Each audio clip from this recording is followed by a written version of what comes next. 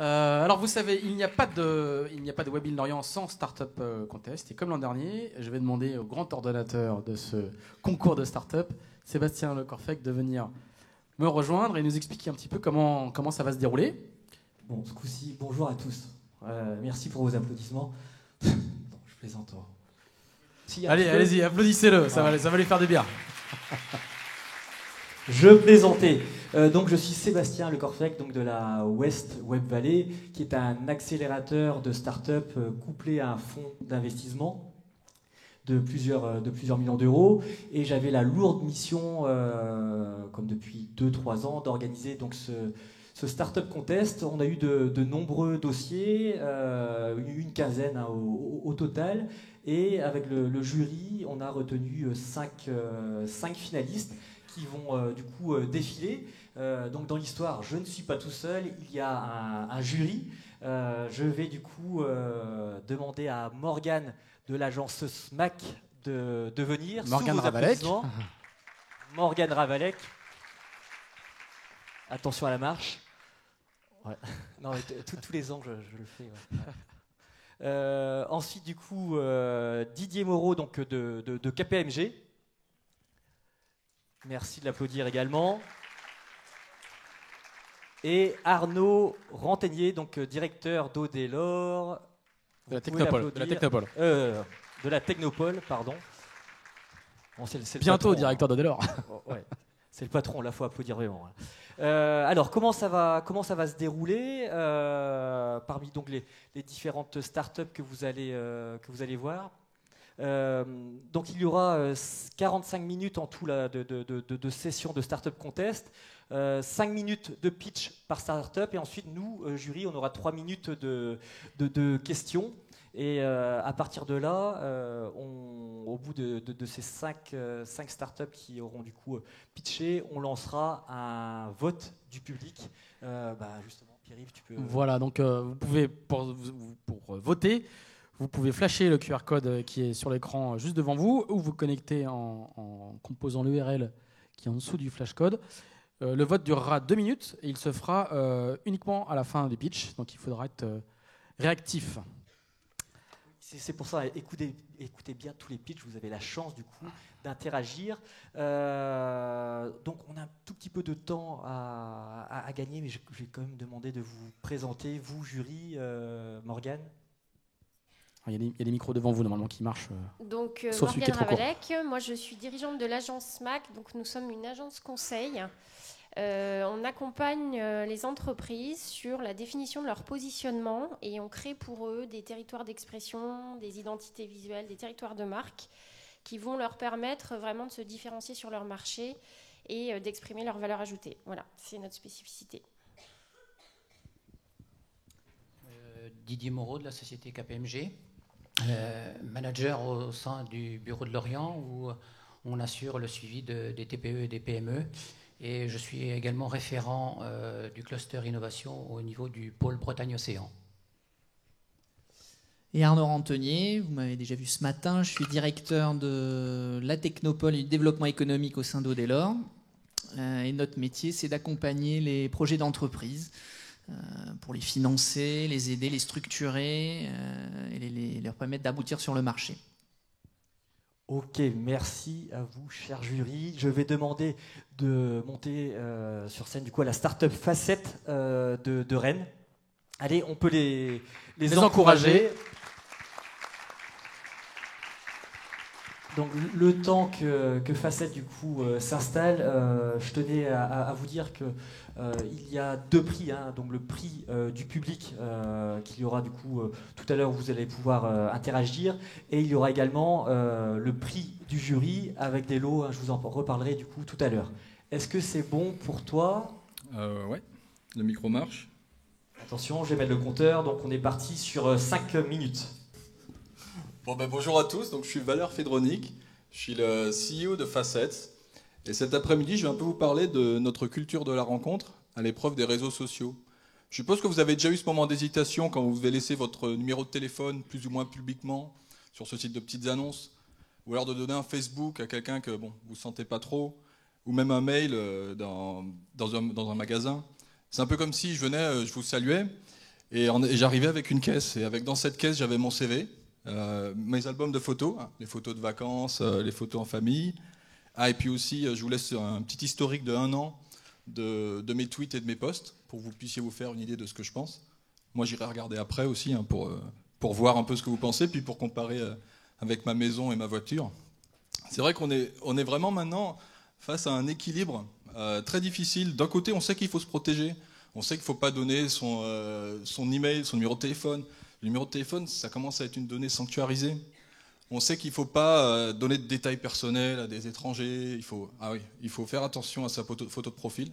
J'ai changé la mienne. Hein, il faut aussi réfléchir à 2 fois avant de poster quelque chose. Et de l'autre côté, on est amené à communiquer de plus en plus avec des gens qu'on ne va pas forcément bien connaître. Quand je vais faire ce covoiturage, quand je vais mettre la petite annonce dont on a parlé, ou dans les communautés virtuelles. Moi, je joue aux jeux vidéo. J'ai envie de discuter des matchs avec les gens qui jouent, mais je ne vais pas leur donner un Facebook. Et c'est pareil ici. On pourrait prendre les réseaux éphémères. Quand je vais dans un concert, dans un festival, pendant 3 jours, je suis un peu quelqu'un d'autre. Et même nous ici, on pourrait avoir envie de communiquer déjà tous ensemble. On ne va pas s'échanger nos Facebook et nos numéros de téléphone. Et bien nous, justement, on a une solution. Cette solution, c'est Facette, que vous voyez à l'écran. Là. Donc c'est une application de messagerie instantanée, un peu comme un WhatsApp, mais elle va me permettre de gérer plusieurs profils. Moi, par exemple, j'ai mon profil pro, qui est FacetMe/Valère. Vous pouvez aller dessus et me rajouter. Et j'ai aussi un autre profil, qui est mon profil que j'utilise à la pépinière. Donc ce profil-là, j'utilise donc avec les collègues. Et je peux donc... ces profils sont indépendants. Hein. C'est-à-dire que je suis le seul à connaître toutes mes facettes. Bon, vous connaissez un peu les miennes, hein, parce que je les ai affichées. Mais c'est un peu le principe. Et je vais échanger une facette par proximité. Par exemple, ici, en étant dans la salle, si vous avez l'application, allumez le radar à facettes et vous allez me voir. Voilà, donc on s'échange nos facettes. Au lieu de se donner un numéro, au lieu de se donner un Facebook. Je peux même créer à la volée une facette. C'est-à-dire que si je rencontre quelqu'un, je crée une facette. On s'échange, on peut communiquer tout de suite avec un profil qui a presque pas d'informations. Donc vraiment, notre idée à nous, c'est de lever toutes les barrières de la mise en relation. Donc vous allez pouvoir communiquer avec beaucoup plus qu'avec des amis ou qu'avec la famille. Vous allez pouvoir communiquer par exemple avec des services. Je vais pouvoir réserver un taxi, comme prendre une place dans un restaurant. Ici par exemple, c'est le Quantique Café qui est le restaurant-café de notre pépinière. Quand je rentre dedans, sa facette est pushée et donc je peux décider de de l'ajouter comme ami en fait. Et ce qu'ils font, eux, c'est que le matin, ils prennent en photo le plat du jour et ils nous l'envoient. Et à ce moment-là, on répond, je dis oui, on vient, ça nous plaît bien, ça. Donc voilà. Donc pour récapituler, nous, ce qu'on vous propose avec Facette, c'est de choisir qui vous êtes selon le lieu, selon le canal, le sujet, le moment, la nature de la relation.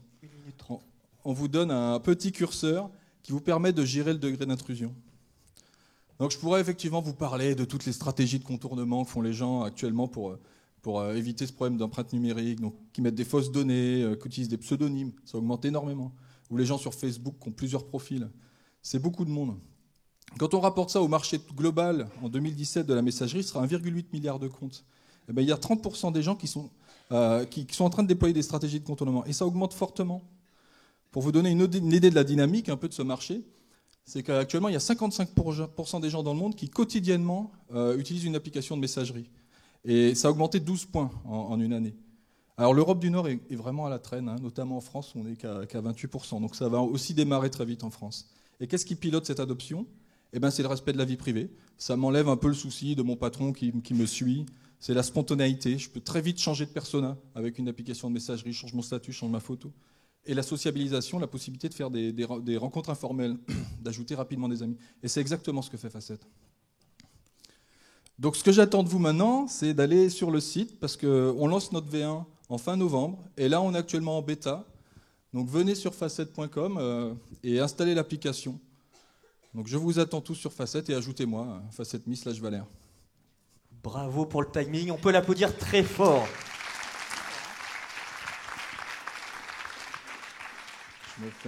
Alors, les questions, on est parti pour 3 minutes. Moi, j'en ai une qui me brûle les lèvres.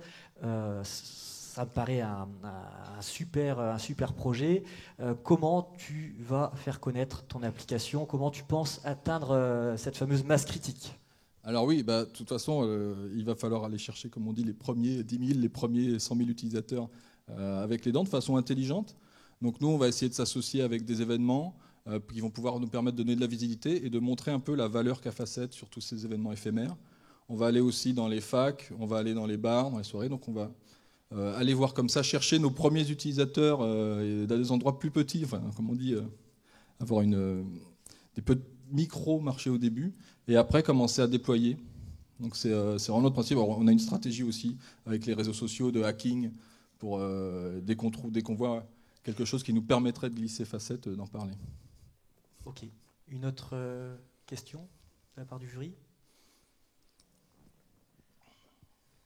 Vous n'avez pas peur que les utilisateurs se perdent un petit peu dans toutes leurs facettes et que ce ne soit pas très visible justement pour leurs contacts ? Parce qu'on peut envisager qu'un même contact, il ait la facette travail, il se trouve qu'en plus c'est un ami, donc il va avoir la facette ami, et que ce ne soit pas un peu compliqué à gérer au final. C'est très intéressant. D'ailleurs, on a fait des premiers tests et on s'est rendu compte que les gens faisaient même des facettes pour faire du mooding.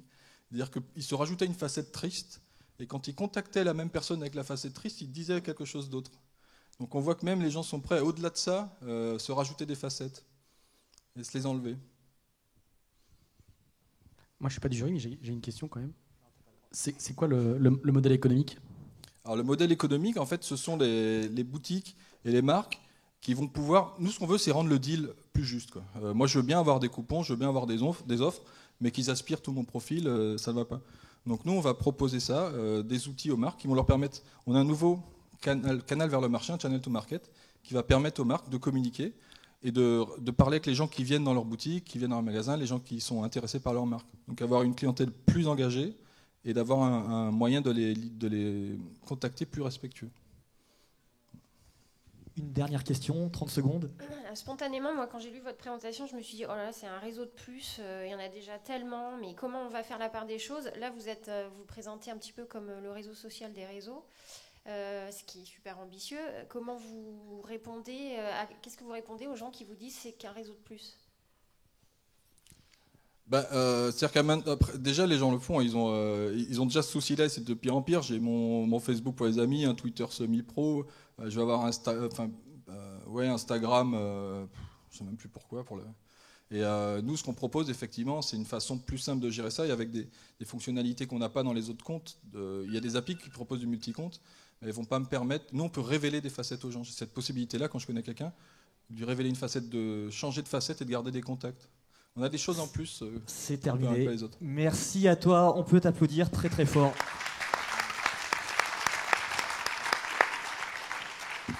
On appelle la deuxième ? Ouais.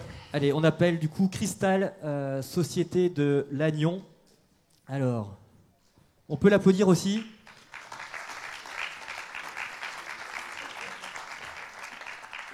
Alors, pendant que tu t'installes, je voulais juste vous parler donc des différents prix, notamment le prix du jury. Il y aura pour le vainqueur ainsi que le second du concours. Ils se verront du coup dotés d'une prestation d'accompagnement en gestion comptable d'une journée par la société KPMG. Donc c'est un montant total de 2500 €. Donc ça c'est un des prix par rapport au prix du jury. Est-ce que c'est bon pour toi ? Ça devrait être bon. Alors on est parti du coup pour 5 minutes à nouveau donc de pitch. Allez, c'est parti. Donc bonjour à toutes et bonjour à tous. Je m'appelle donc Sébastien Famel. Je suis ravi d'être parmi vous pour présenter notre société Cristal. Alors notre société donc elle est composée de 3 personnes, moi-même, développeur Android et chargé d'affaires et responsable de la partie tout ce qui est commercial, marketing de la société. Guillaume Gendre qui est notre développeur web et qui s'occupe de toute la gestion des projets. Et ensuite Sébastien Vitard qui est notre véritable couteau suisse au sein de l'entreprise, qui fait des développements sur différentes plateformes, iOS, Android, BlackBerry. Nous sommes tous les 3, donc on a participé dans une ancienne expérience donc sur différentes applications, en l'occurrence BFM TV, RMC, 01net, Fortuneo.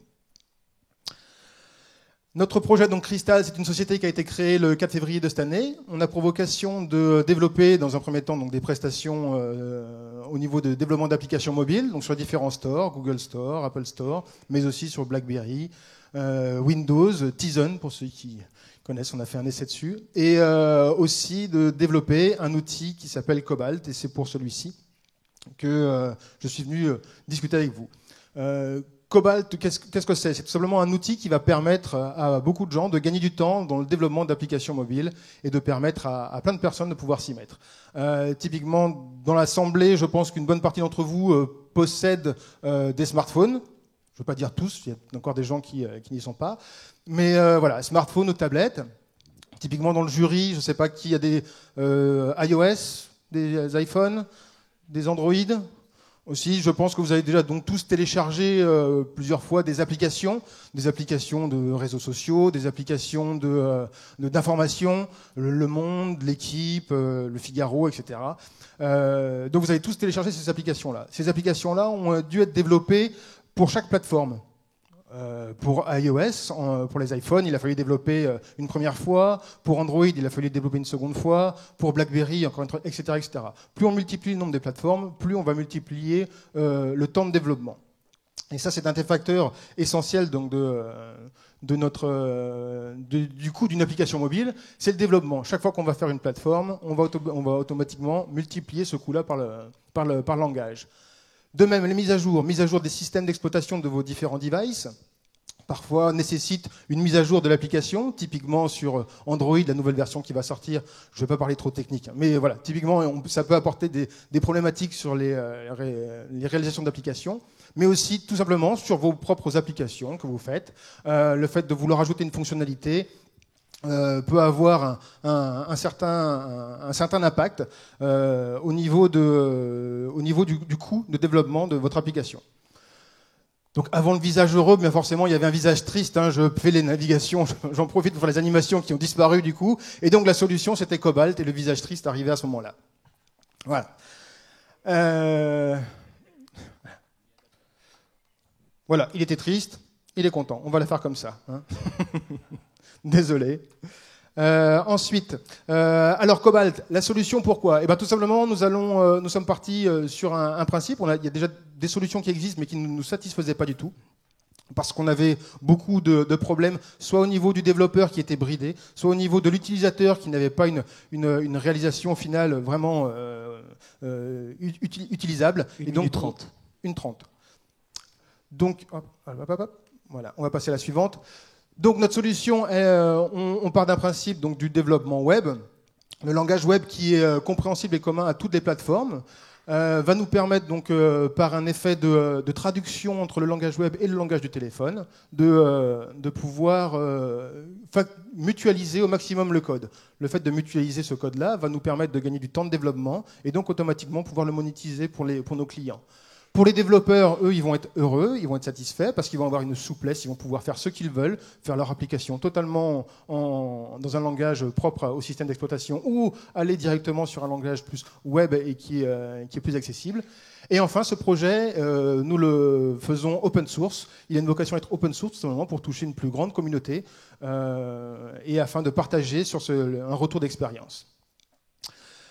Il est... je passe, voilà. Aujourd'hui, dans le monde, il y a à peu près 19 millions de développeurs, toutes catégories confondues dans le monde. Seulement 2,5 millions sont spécialisés dans le développement du mobile, ce qui nous laisse à peu près, et qui reste à peu près 11 millions de développeurs qui sont axés sur le web.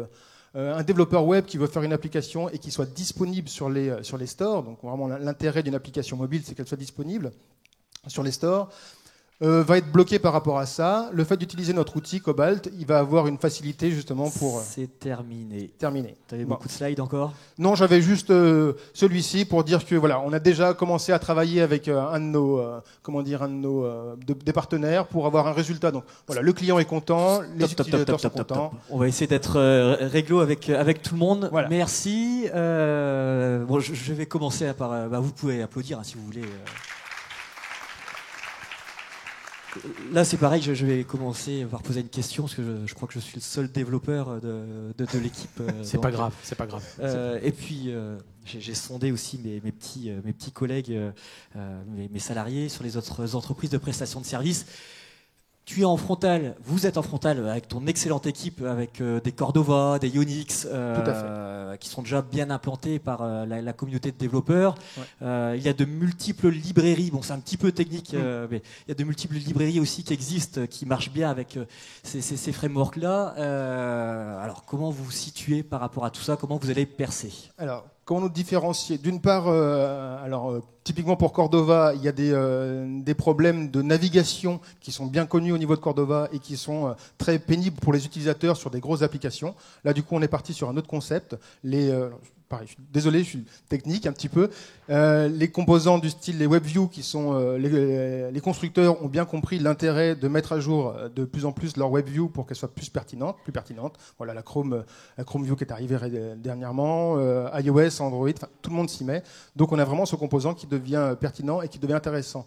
Les autres, typiquement PhoneGap, on était sur des projets vraiment une seule vue web et on naviguait à l'intérieur de cette même vue, ce qui provoquait des problèmes de navigation. Là, on est sur un autre principe, c'est-à-dire chaque vue est embarquée dans une activity pour...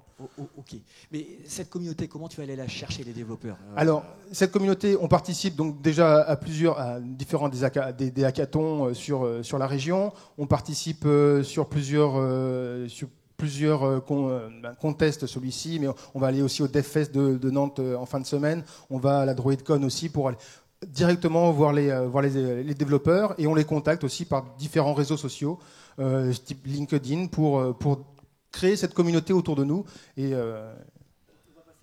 oui. Rapidement, j'ai compris que c'était une solution open source. Comment est-ce que vous gagnez votre vie? Alors, nous, notre solution, donc, la base est open source, et ensuite, Crystal va créer tout simplement des fonctionnalités additionnelles qui seront téléchargeables pour les développeurs, qui va leur permettre de gagner du temps dans le développement. Donc, un slideshow de photos, vraiment pour que ce soit plus utile, qui va leur prendre du temps à développer sur chaque plateforme. Pour nous, il aura juste à télécharger le plugin pour une modique somme qui sera effectuée et calculée en fonction de la difficulté du travail. Égoïstement, dans la vie de tous les jours, pour moi, qu'est-ce que ça va m'apporter de plus? Alors pour vous, en tant qu'utilisateur, vous pourrez avoir donc une application qui aura les bénéfices d'une application qui est de votre téléphone, qui est native, et au niveau de l'utilisabilité, vous serez entièrement satisfait. Une note dans 5 secondes. En tout cas, merci. On peut t'applaudir.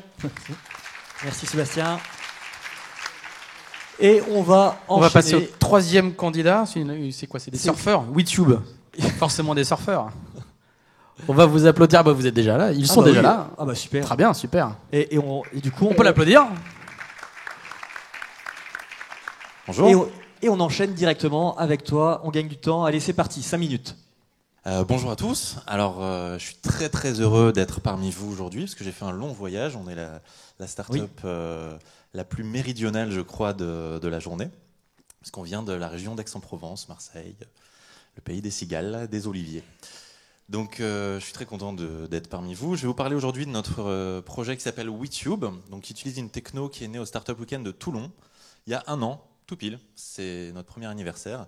GRU, c'est un acronyme qui est un petit peu barbare, qui veut dire Global Unused Resources United. C'est très compliqué.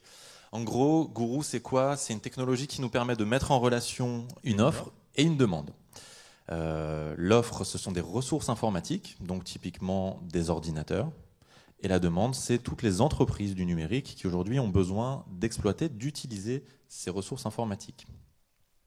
Nous sommes donc partis d'un premier constat qui était le suivant: Internet est partout. Alors je vais mettre à contribution la salle. Est-ce qu'il y en a parmi vous qui utilisent Internet peut-être de façon quotidienne? Est-ce que vous pourriez lever la main pour me dire Ok, donc on est en 2015, il n'y a pas de problème. Alors, ce qu'il faut savoir, c'est qu'Internet, c'est quelque chose, ça a l'air d'être abstrait, ça a l'air d'être virtuel, ça a l'air d'être uniquement des ordinateurs. Mais en réalité, Internet, c'est une industrie, c'est ce qu'on appelle l'IT, l'industrie des nouvelles technologies de l'information et de la communication. Et cette filière consomme 10% de toute l'électricité produite dans le monde. C'est un chiffre qui est assez important, et donc qui dit production d'électricité dit évidemment émission de CO2, et les questions environnementales nous préoccupent, en particulier cette année, puisque c'est l'année de la COP21, tout le monde en parle, le CO2, tout ça. Donc pour vous donner un exemple, les data centers qui sont les usines de l'information, on parle de centres de données, les data centers qui sont la colonne vertébrale d'Internet, s'il n'y a pas de data center aujourd'hui, il n'y a pas d'Internet, 40% de leur consommation énergétique, c'est uniquement de la climatisation. Oui, mes slides sont en anglais, autant pour moi. Donc c'est du refroidissement. Nous, on s'est dit, tiens, peut-être qu'on pourrait faire quelque chose pour ça, parce que du coup, l'impact environnemental, il est considérable. Et je vous le rappelle, mais ce chiffre-là, tout le monde le connaît, on n'a qu'une seule planète, donc il nous appartient à tous d'en prendre le plus grand soin. Alors, notre idée, elle est simple. Les composantes informatiques qui sont dans vos ordinateurs, dans vos smartphones aussi, également dans les télés, enfin dans tout ce qui va être électronique, ont des points communs avec les composantes qu'il y a dans les data centers. C'est de la capacité de calcul, c'est de la capacité de stockage et c'est de la bande passante. Donc CPU, GPU, RAM, bande passante. Autre point très intéressant, c'est que la fibre arrive. Je discutais avec une dame d'Orange tout à l'heure, la fibre arrive, elle arrive rapidement et de plus en plus d'ordinateurs aujourd'hui sont interconnectés entre eux avec de très très très bonnes capacités de connexion. Donc nous, dans ce contexte, on a eu une idée toute bête, c'est de dire on va faire le Airbnb ou le Blablacar des ordinateurs. Avec Airbnb, vous pouvez louer des mètres carrés que vous n'utilisez pas chez vous, et ça vous fait un petit peu d'argent de poche. Et c'est très très pratique et c'est très très utilisé. Avec Blablacar, quand vous faites un trajet, vous pouvez aussi rentabiliser, louer les sièges qui sont disponibles dans votre bagnole. Donc ça, c'est des principes qui se développent, c'est ce qu'on appelle l'économie collaborative. On s'est dit, et si on faisait la même chose avec nos ordinateurs ? Et si on faisait la même chose pour faire du streaming vidéo ? Donc tout à l'heure, je demandais à tout le monde, est-ce que vous avez Internet ? Maintenant, je ne vais pas vous faire l'affront de vous demander, est-ce que vous regardez des vidéos aujourd'hui sur Internet ? Je suppose que c'est le cas, et je suppose que vous connaissez tous la société YouTube, qui appartient à Google, et qui aujourd'hui diffuse des milliards d'heures de vidéos chaque seconde sur Internet. 1 minute 30. Ok. Il faut savoir que YouTube émet 219 millions de tonnes de CO2 chaque année. Juste YouTube, pour streamer des vidéos de chatons, mais aussi d'autres sortes de vidéos. On peut faire mieux que ça. On peut faire beaucoup mieux que ça. On peut économiser 40% de ce CO2-là, uniquement en utilisant une technologie décentralisée. Donc notre recherche et développement a commencé il y a 1 année. Aujourd'hui, on a un player vidéo que je vais vous montrer si j'ai un petit peu de temps pour faire une petite démonstration à la fin du pitch. Et on continue à travailler sur une petite clé, comme ceci, donc que vous allez pouvoir acheter dans votre supermarché, brancher sur votre ordinateur. Et cette clé qui sera vendue 39 €, vous permettra de gagner à peu près entre 20 et 50 € par mois, uniquement en partageant de la ressource informatique de votre ordinateur. Donc autant dire qu'en achetant ça, vous avez Internet gratuit tout le temps. Je ne sais pas s'il y en a que ça intéresse. Donc aujourd'hui, je vais pouvoir vous présenter YouTube. Donc il doit me rester 30 secondes. Je vais lancer la vidéo. Ah bah voilà, pile poil. Ouais, allez, lance. Puis vous pourrez poser des questions. La vidéo, elle tournera en tâche de fond. Tu auras un tout petit peu moins de questions.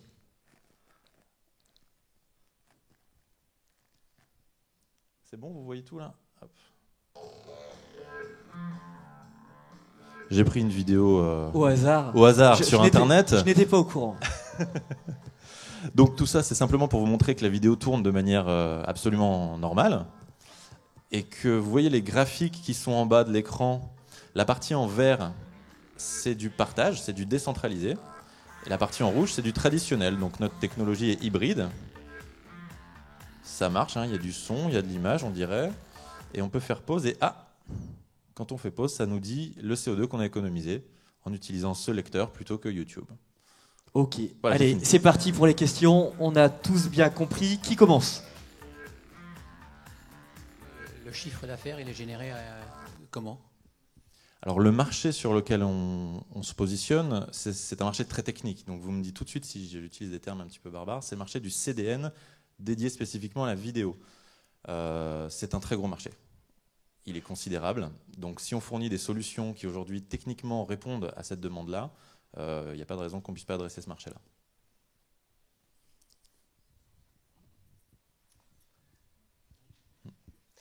Concrètement, qui sont vos clients ? Alors aujourd'hui, si parmi le jury ou dans la salle, il y a des gens qui ont besoin de streamer des vidéos, on a une offre gratuite, donc diffuser de la vidéo sur Internet. Par exemple, des startups qui font des petites explainer vidéos pour pour montrer leur savoir-faire et ce dont ils sont capables.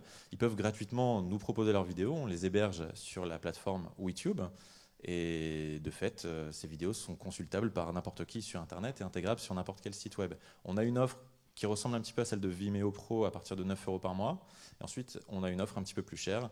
Donc, les spécificités de ces offres payantes sont d'avoir le player en marque blanche, donc d'avoir la main sur les informations et de pouvoir tuner un petit peu le lecteur vidéo. Et ensuite, de pouvoir avoir du chiffrement vidéo pour des données un petit peu plus sensibles. En combien de temps les équipes, les ingénieurs de Google vont rattraper ta techno? En 2 heures. En réalité, il y a plusieurs freins qui expliquent le fait que ces technologies de décentralisation ne soient pas encore massivement adoptées. Donc c'est un autre débat, on en reparlera tout à l'heure. Mais les barrières technologiques en fait, sont au niveau de nos algorithmes, donc, qui sont des technologies qui sont propres et des brevets qu'on est en train de déposer. Effectivement, derrière, c'est la porte ouverte à une autre façon bien plus disruptive de concevoir l'Internet, qui n'est plus quelque chose de vertical, mais quelque chose d'horizontal. Ok, allez, merci, on a dépassé un tout petit peu. Merci à toi. On peut l'applaudir. En attendant, hein, si vous avez envie de participer au choix pour le prix du jury, n'hésitez pas à vous rendre sur YouSlide. C'est dans 2 pitchs. Voilà, on vote à la fin pendant 2 minutes.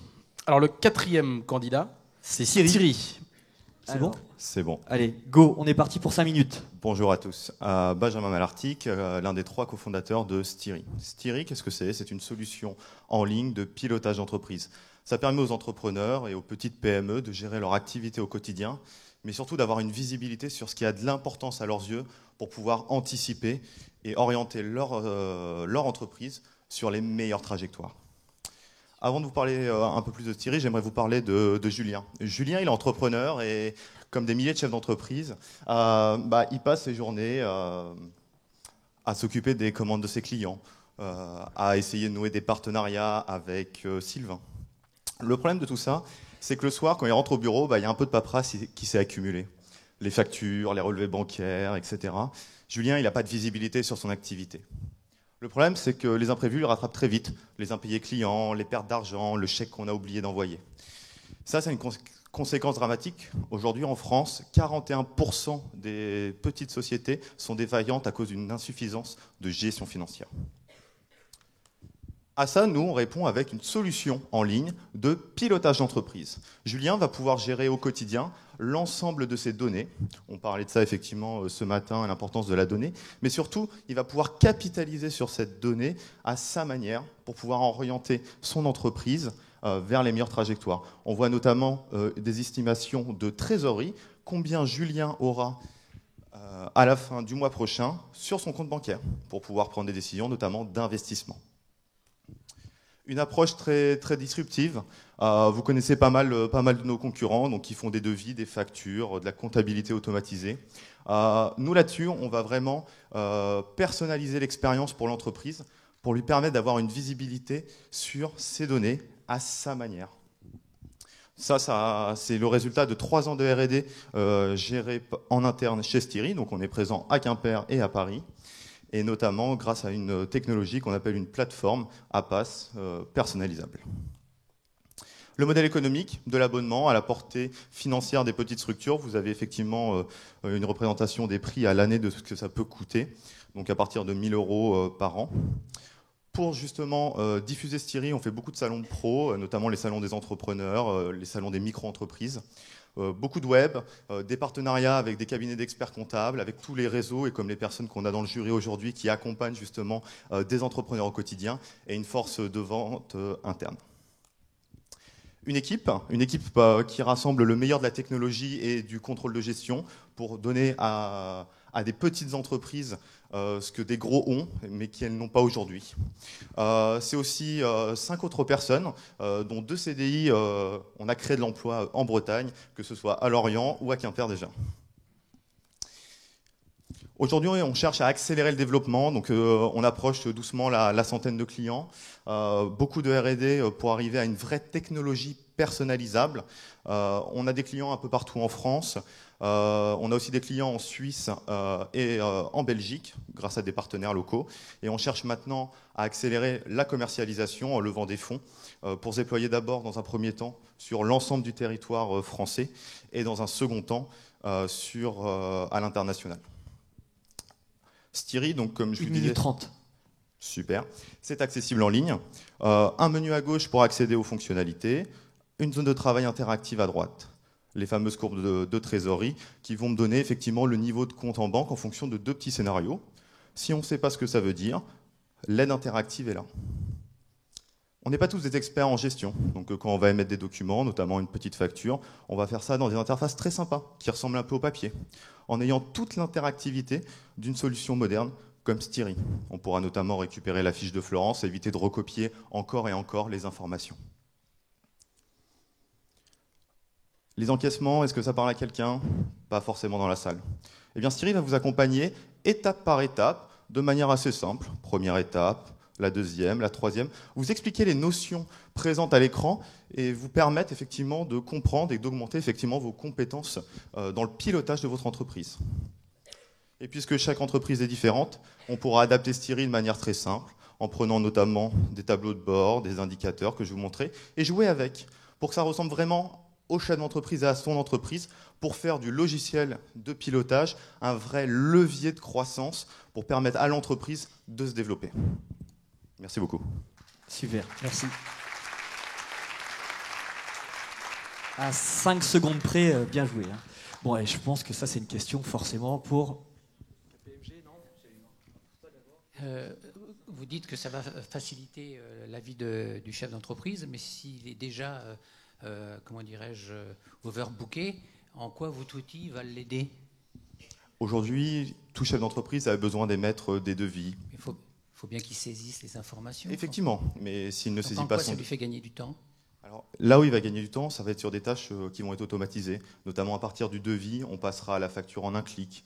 Toute l'ergonomie en fait, de Styri a été faite pour aller à l'essentiel et faire en sorte que les personnes perdent le moins de temps possible. Par contre, effectivement, il y a une charge administrative qui est là et qui restera présente. On travaille notamment sur des technologies de reconnaissance de caractère pour pouvoir intégrer plus facilement des données dans le futur. Mais néanmoins, à partir de ces données que les chefs d'entreprise créent déjà aujourd'hui, le fait de les rassembler au même endroit va permettre, notamment au travers des tableaux de bord personnalisés, de sortir de l'intelligence et permettre aux chefs d'entreprise d'analyser ces données pour en ressortir de la valeur et orienter l'entreprise vers la meilleure trajectoire. Vous savez que vous avez une vive concurrence sur le secteur, avec des gros concurrents. Des gros concurrents, des acteurs historiques qui fournissent du logiciel classique, des acteurs avec du logiciel en ligne aussi, ça arrive de plus en plus. Ces logiciels, malheureusement, ils ont un défaut, ils sont figés.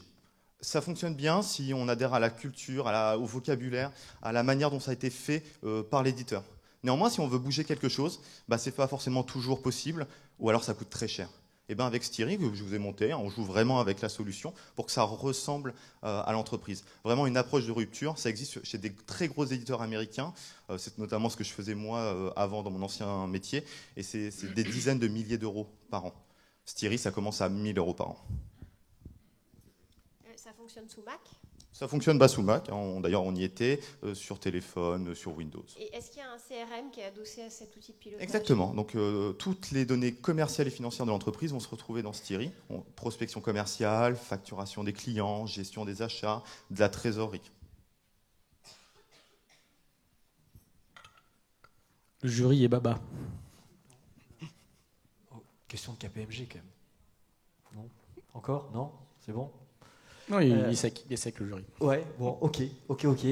Pierre-Yves, question, non? Non, moi je suis... Donc, pas de question. Ouais, par rapport du coup au récurrent aujourd'hui engendré, tu parles de 100 clients. C'est 100 clients qui payent et combien conservent la solution? Alors aujourd'hui, depuis effectivement le démarrage, on a créé la structure avec une dizaine de petits clients qui nous ont permis en fait de lancer, d'améliorer la solution. Sur les 100 clients, effectivement, on compte aussi certains qui sont en essai. On communique pas encore effectivement sur le nombre de clients qui payent, mais on a vraiment des clients qui payent tous les mois, qui sont contents, et on passe beaucoup de temps avec eux pour comprendre leurs problématiques, personnaliser la solution. Ça fait aussi partie du modèle de Styris, c'est-à-dire qu'à partir d'une personnalisation, on va pouvoir, sur le même domaine d'activité, déployer les mêmes choses pour apporter de la valeur. Ok, merci à toi. On peut l'applaudir. Merci beaucoup. Allez. Et dernier concurrent du Startup Contest, c'est l'équipe de Stag. Vas-y, le prix. Alors, du public. parce qu'on a beaucoup parlé du prix du jury, on n'a pas parlé du prix du public pour lequel vous pourrez voter juste après cette 5e prestation. Le prix du public, le lauréat se verra doté d'une prestation d'accompagnement de 6 mois sous forme d'atelier mensuel de 3h30 par l'Amour du Web, l'agence L'Amour du Web, qui était elle aussi partenaire de Web in Lorient 2015. Qui est basé du côté de Lorient, si je ne m'abuse. Exactement. Alors, c'est bon? Ok? On est parti pour 5 minutes. Allez, go! Bonjour à tous, merci de nous avoir sélectionnés à Démator Hall, à Trugar-Evras, d'Avesa, Babette à Randon. Alors, hélas, on n'aura pas le temps de faire en bilingue, parce que c'est que 5 minutes. Donc, on va présenter Stag, donc trouver le breton le plus proche de vous. Ça devrait être assez facile ici. Donc, la naissance de l'idée, qui est née en mars dernier. Moi, je voyage pas mal, ça fait 10 ans, je suis musicien, et grâce à la musique bretonne, je fais plusieurs fois le tour du monde.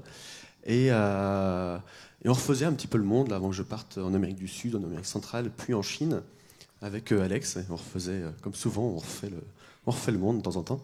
Un peu trop souvent d'ailleurs. Et là, en mars, il me dit, mais c'est fou en fait, quand tu voyages comme ça, à chaque fois tu rencontres des Bretons partout.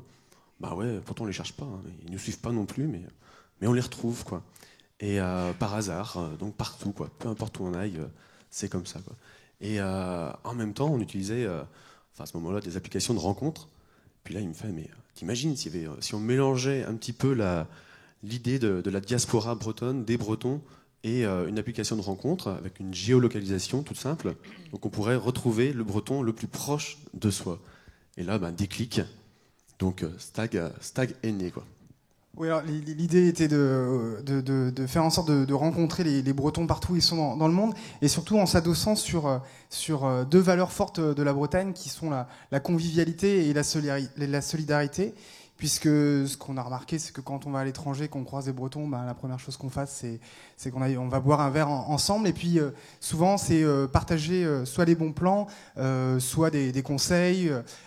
Et c'est ce qu'on disait, qu'on devrait simplifier cette manière de faire. Il y avait déjà des associations de représentants des Bretons à l'étranger pour les expatriés, des représentants aussi des associations pour la diaspora, ceux qui sont nés hors de Bretagne.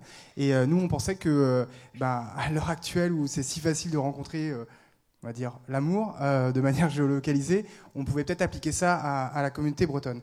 Et donc, de se dire que ces valeurs de convivialité et de solidarité, on pouvait les avoir avec un Breton qui est basé à 17 000 km d'ici, ou même à 100 mètres, ou même dans la salle.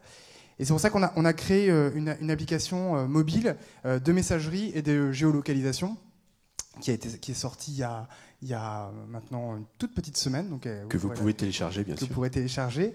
Et hop, la suivante, je cherche mon... Et donc, avec une idée que cette application est là pour toutes les personnes se reconnaissant dans la communauté bretonne, autour de ces valeurs de solidarité et de convivialité. Et donc, qui sont ces gens? Ce sont évidemment les Bretons qui sont déjà à l'étranger, la diaspora. Alors la diaspora, ceux qu'on nous dit qui ne sont pas nés sur le territoire breton, les expatriés, c'est-à-dire ceux qui sont partis de Bretagne. Les Bretons qui vivent à Paris sont des expatriés. Et les touristes bretons, c'est-à-dire un Breton qui part en voyage, comme Romain l'évoquait, et puis qui se retrouve dans des pays où il pourrait bénéficier de cette solidarité et cette convivialité. Ça veut dire, j'arrive à Shanghai et on me dit, voilà, quels sont les bons plans de la ville. 1 minute 30. Alors j'accélère. Et ce sont aussi les bretonnants, c'est-à-dire que Romain, lui, est enseignant dans certains collèges d'Iwan, et c'est ces collégiens qui nous ont dit écoute, ton appli, elle est super, il faudrait juste qu'on puisse l'utiliser en breton, comme ça, nous, entre bretonnants, on pourrait se rencontrer et aller boire un verre ou échanger des messages en breton. Et ce sont les Bretons de Bretagne, c'est-à-dire ceux qui se sentent, qui ont une conscience de leur identité bretonne et qui veulent exprimer les valeurs de convivialité et de solidarité. Et c'est-à-dire que c'est quelque chose qu'on a vu dans la pratique avec l'outil de géolocalisation. On se rend compte que dans son quartier, il y a un certain nombre de gens qui sont sur cette appli identitaire. Et puis, c'est avec ces gens-là, on peut aller soit aller boire un verre, soit organiser une fête de quartier, soit faire un outil de citoyenneté, mais comme si on avait une place de village. C'est-à-dire que vous allez pouvoir voir à 500 mètres qui sont les gens autour de vous qui sont sur cette application, à qui vous allez pouvoir vous adresser. Le modèle économique est pour le coup relativement classique puisqu'il est basé sur la valorisation de l'audience, c'est-à-dire qu'il faut qu'on atteigne une taille critique. Et on sait que les Bretons sont nombreux dans le monde. Et pour ça, on pense qu'on a vraiment une communauté assez large.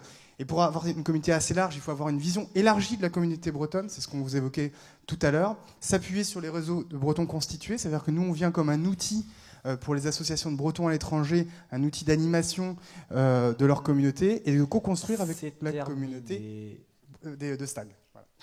Allez, on peut les applaudir. Y a-t-il des questions, Arnaud ? Comment est-ce que vous allez pouvoir vous différencier au-delà de cet aspect breton ? Est-ce que vous avez une idée du public que ça va attirer, du volume, et quelle va être la spécificité bretonne finalement qui va permettre d'assurer l'animation de ce réseau ? Alors en premier lieu déjà, on a essayé, il y a un bon réseau déjà dans les expatriés. Donc moi-même voyageant beaucoup, j'ai demandé notamment en avril là, sur la Chine, à Pékin, à Qingdao, dans le milieu des Bretons, de l'association des Bretons de Chine, Songbraise. Et eux, c'est génial, c'est ce qui nous manque quand on arrive, quand on est expat ici, on est perdu, surtout à Pékin. Donc ils ont tout de suite besoin d'un réseau social, de rencontrer les autres. Et ce qui existe déjà, par exemple, j'ai joué pour un Fest-Noz à Pékin, et le Fest-Noz, il a fait 1400 entrées à Pékin. Donc, déjà, à Lorient, c'est dur de faire 1400 entrées en dehors du festival. Et tout le lien social, comme à New York, qui est autour des expats et autour de la francophonie, c'est les Bretons qui le mènent. Ce côté convivial et solidaire. Et à New York, c'est pareil. Toute la diaspora bretonne, derrière les associations des Bretons de New York ou des Bretons de Pékin ou ailleurs, c'est les Français, les Belges, les Québécois. Et là, à Pékin, on avait des Québécois qui venaient au Fest-Noz qui disaient « mais c'est génial ». Enfin, nous, on retrouve notre truc du Québec. Et on a déjà des indices parce qu'en fait, on a lancé l'application il y a une semaine et on a déjà plusieurs centaines d'inscrits sur l'application et du monde entier. Donc en fait, on a déjà 45 pays qui ont téléchargé l'appli et on a déjà des Bretons qui sont à 17 000 km puisque quand vous descendez en bas de la liste, vous voyez la distance du Breton le plus loin. Juste un petit exemple concret, désolé. Là, par exemple, samedi dernier, il y a eu un repas des Bretons de Lima au Pérou, le premier repas des Bretons de Lima. Et eux veulent créer l'association des Bretons du Pérou, qui n'existe pas encore. Et tout de suite, grâce à Stag, même si on vient de sortir, il n'y a pas encore assez grand monde, mais tout de suite, ils ont vu ça passer sur Facebook. Et puis, ils ont tous maintenant Stag, tous ceux qui sont venus à ce repas et tout ça. Et pour eux, c'est un moyen de se retrouver, un moyen convivial, quoi. 20 secondes, une autre question ? Comment vous allez financer le développement de Stag et notamment toute la communication qu'il va falloir déployer autour de votre concept ? Alors, sur le développement, on est 3 cofondateurs. Il y a le développeur qui est dans la salle. Donc, pour l'instant, on est sur nos fonds propres et le temps que l'on passe. Sur la communication, on tape vraiment sur la viralité dans la diaspora et dans la communauté bretonne. Et puis, le fait que chacun puisse partager et développer ses propres usages, puisqu'on est aussi dans la co-construction et on veut que la communauté participe avec nous. Et elle participe bien parce qu'on a déjà eu plus de centaines de messages en 5 jours. Merci à tous les deux, on peut les applaudir très fort. Ok, on a vu du coup les 5 pitchs de start-up. On peut basculer effectivement sur le vote du public maintenant. Ça serait peut-être bien de remettre l'URL ou le code 2D. C'est bon ? Tout le monde est dessus. On va lancer uniquement pendant 3 minutes pour pas que ça se viralise de trop dans la nature, pour que ce soit vraiment vous qui puissiez voter. Estelle, c'est bon, tu peux lancer ? Donc Estelle de la société Elia C'est bon, c'est parti, vous pouvez voter. Je vais demander en attendant à Estelle de me rejoindre parce que ce vote-là du public tout à l'heure, vous voyez, hein, c'est parti. On peut peut-être masquer. Voilà, on masque. Hein, vous aurez le résultat suite à la conférence tout à l'heure. Tiens, je vais te piquer ton petit micro, le temps que ça vote un tout petit peu. Estelle, juste, tu étais là il y a 2 ans. Donc, Eliga, tu en es où après avoir participé au Startup Contest? Alors, bonjour à tous, oui. Donc, moi, je suis Estelle Bagot, la cofondatrice de l'entreprise Eliga. S'il vous plaît. Nous étions à la place des pitchers il y a 2 ans, précisément, en 2013. On venait de démarrer l'entreprise. Donc, Eliga, c'est une société qui développe des solutions web multi-écran et temps réel pour créer de l'interactivité dans des contextes événementiels, comme là aujourd'hui, avec le prix du public. On travaille aussi dans la formation pour travailler sur le présentiel et faire des formations présentielles, des formations enrichies et augmentées. Et on travaille aussi dans le secteur de la télévision maintenant, sur des émissions de télévision qui sont en direct avec de l'interactivité avec le téléspectateur. Ok, donc si vous avez besoin d'une société comme Eliga, n'hésitez pas, il y a le site internet. Estelle est là pour répondre à vos questions. Et voilà, vous pouvez continuer à voter. Toi, je pense que tu peux aller... les 3 minutes sont quasi passées. Dans 1 minute, tu peux couper. Et moi, je vais me retirer pour aller délibérer avec le reste du jury. Ah oui, tu es en train de... J'en profite pour dire un petit mot. Nous, il y a 2 ans, on n'a pas gagné le Startup Contest. Donc, je voudrais juste dire à tous les participants que pitcher ici, c'est une opportunité, même si on ne gagne pas. Et donc, voilà, je sais qu'il y en a un qui va sortir gagnant, mais pour tous les autres qui ont fait des très beaux pitchs, je peux vous dire par expérience que le fait de pitcher ici, c'est forcément bon pour votre entreprise. C'est très serré, en tout cas, les votes continuer parce que là, c'est pour départager, ça ne va pas être simple.